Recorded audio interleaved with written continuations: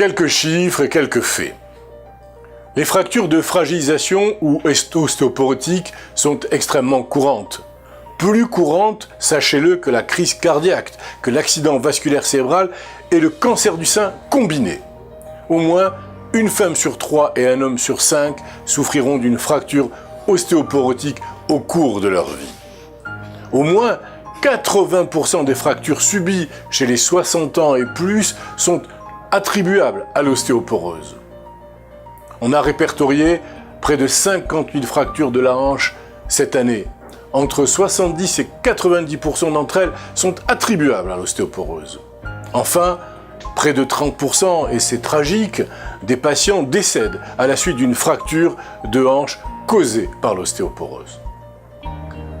Les fractures ostéoporotiques nécessitent davantage de soins hospitaliers que les accidents vasculaires cérébraux, le diabète et les crises cardiaques. Sans test de densité minérale osseuse, et nous reviendrons sur la définition de ce test. 80% des patients avec un antécédent de fracture ne sont pas en mesure de recevoir un traitement pour leur ostéoporose.